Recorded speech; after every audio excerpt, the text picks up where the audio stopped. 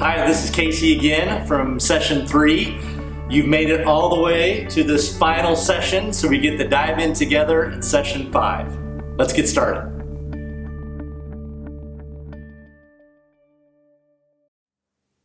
This is it. This is the last session of the ImagineX challenge.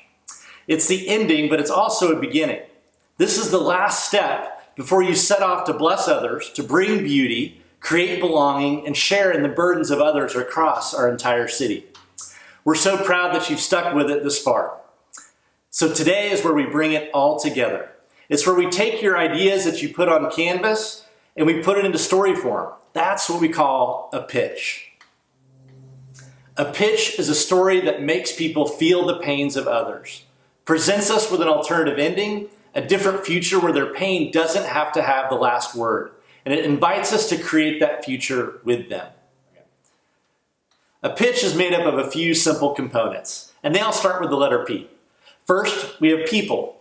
People that have a problem, that cross our path, that activate a plan, that lead us into positive results and invite us to participate. You've guessed it, all the puzzle pieces are already there for you to create a story and a pitch. Now that I think about it, the Good Samaritan is a story of a pitch. Let's take another look at it. These are the components of the pitch seen in the Good Samaritan story. First, we have the people, which is the wounded man, whose problem was that he was attacked and he was left to die on the path where nobody helped him, which activated a plan that involved compassion, bandaging of his wounds, and taking him to an inn to heal, which led to long-term care and no debt. And finally, leaving us with an invitation to participate, where Jesus said, "Go and do likewise." The parable was a pitch. It was an invitation to imagine a different world where no one passes by, where no one is left to suffer alone. It was an invitation to look beyond the stereotypes that we hold of those that we most fear and instead to see strangers as neighbors.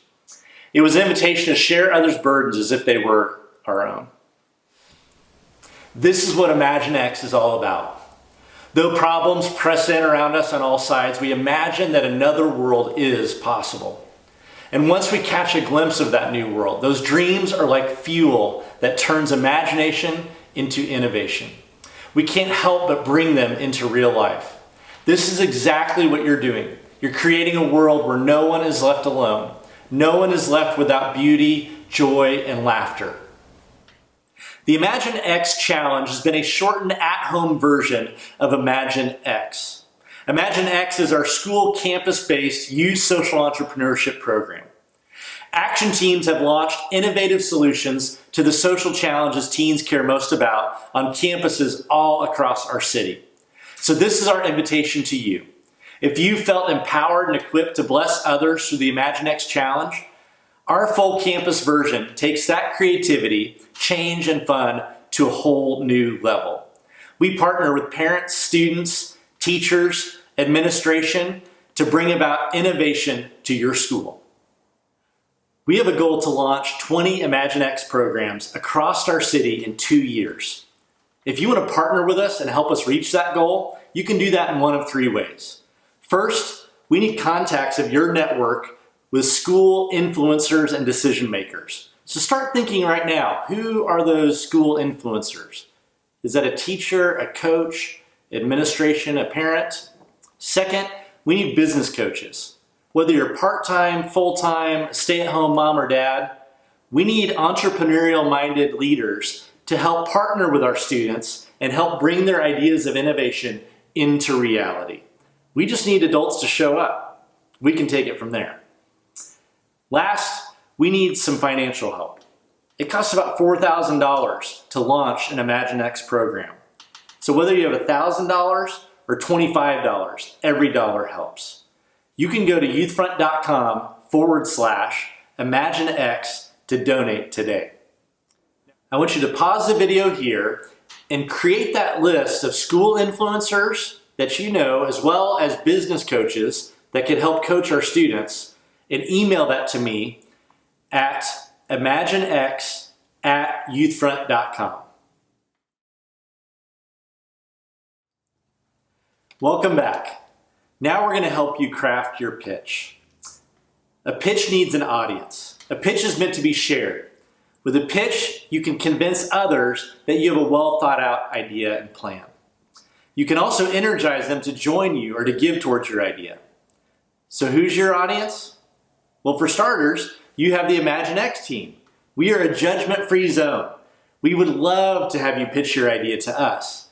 You could do that through Zoom or pre-record it, send it in, and we'll give you feedback. Please give us that opportunity. Now, you also have key partners. Remember who you wrote down on your idea canvas? Those who might be willing to support you in this idea? Craft your pitch with them in mind. Whatever you do, just make sure you're thinking of your audience first when you craft your pitch. The next thing to keep in mind when crafting your pitch is your presentation. What's the best way to share your idea? A written story can be a pitch, a phone call, a text message, a social media post. You can do it over Zoom if you're practicing social distancing or far away. We encourage you to create a video because that way we can see your enthusiasm, your passion, and you can plan out exactly what you want to say and add visuals to it. The last thing to remember in creating your pitch is time. You should be able to tell your story in under 3 minutes. So keep what's essential, leave out what's unnecessary. But most of all, make sure that it moves people. As a starting point, we'd encourage everyone to make a video less than 3 minutes long that can be shared with us and the rest of the world. Let's listen to the pitch that our ImagineX team made for the Family Assistance Fund. The pandemic is hitting all of us, but hitting some of us even harder. In the Argentine district of Kansas City, Kansas, one friend lives in a home without utilities, charges her phone at Walmart, and fills water bottles at a neighbor's house.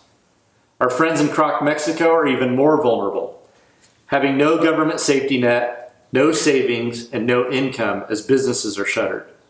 YouthFront has had ongoing ministries in under-resourced neighborhoods for 20 years where we empower strong, hope-filled people to overcome circumstances that drag nearly everyone else down around them. But now they've been hit with something so overpowering that this could lead them spiraling downward towards poverty and despair without direct, immediate help, like food and financial assistance for rent, utilities, and medical expenses. These are our brothers and sisters.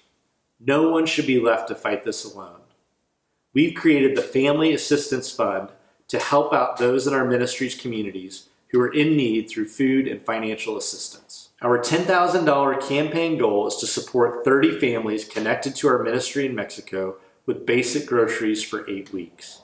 It will also provide up to $150 in financial assistance to 30 families in the Argentine neighborhood of Kansas City, Kansas. All donations to this fund will go directly to those in need, except for a nominal charge so we can distribute it to them as quickly as possible. Look at the impact your donation can make. $150 may support one family in Mexico with basic groceries for 2 months through their current stay-at-home order, or provide emergency food, rent, or utility assistance for a family in Kansas City, Kansas who may not receive a stimulus check. $75 will support one family in Mexico with basic groceries for 1 month. Just $50 will purchase basic groceries for a family in Kansas City, Kansas. We urgently consider you to join us in standing with our brothers and sisters so they know they are not abandoned or alone. Donate today. Let's break down the pitch and we'll show you how to plug and play from your own idea canvas. So let's start with people. We've identified in the letter that our people are friends in Croc, Mexico, and our friends in the Argentine in Kansas City. So next we've identified some of the problems, being that some of our friends have no government safety net. Some of our friends have no savings or income. And some of our friends have no utilities. Now we want to make sure that we're helping without hurting. So when we talk about the problems, we talk about them in a way that emphasizes bad circumstances, rather than bad character or bad choices. See what we did there? We said we empower strong, hope-filled people to overcome circumstances that drag nearly everyone else down around them. But now they've been hit with something so overpowering that this could lead them spiraling downward towards poverty and despair without direct, immediate help. Next, we ask the question, who crosses our path? How do their problems intersect with your life and your unique gifts? What special gifts did you write down in session 4? We said we had knowledge of poverty, friends with extra, and passion for no one being left out. Here's how it came out in the pitch. YouthFront has had an ongoing ministry relationship for 20 years. These are our brothers and sisters, and no one should be left out to fight this alone. Now it's time to activate a plan. The plan tells others exactly what you will do. Your first sentence will be some version of your idea statement. Here's how ours came out in the pitch.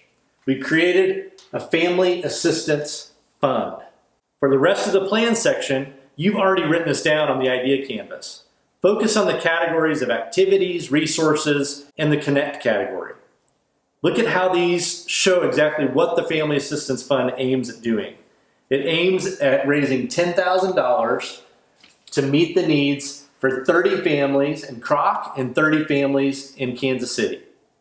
Now it's time to communicate positive results. For this part, refer back to the feel section of your idea canvas. We wanted people who received help to not feel like charity cases. So we communicated that these are our brothers and sisters and that no one should be left alone. We also wanted people to know that are donating towards our cause to know that the funds would go directly to those in need. Finally, it's now time to invite people to participate. Here's how it looked in our pitch. We urgently consider you to join us. And it's very clear that we're asking people to donate today. What is your invitation to participate? Maybe it's sharing your beautiful, funny, or inspiring creations on social media. Or is it sharing the burdens with others by donating money or goods? Or maybe it's joining you in making someone feel less alone. Whatever it is, make the invitation crystal clear. That's it. That's the formula for the pitch. You made it. You're almost done. You have one exercise left before bringing your idea out into the world. So take a deep breath. Pause the video, create your first draft of your pitch, and we'll see you back here in just a few minutes. Welcome back. I want to be the first to congratulate you on completing the ImagineX challenge. This has been a long road. You've determined to not just pass by on the other side.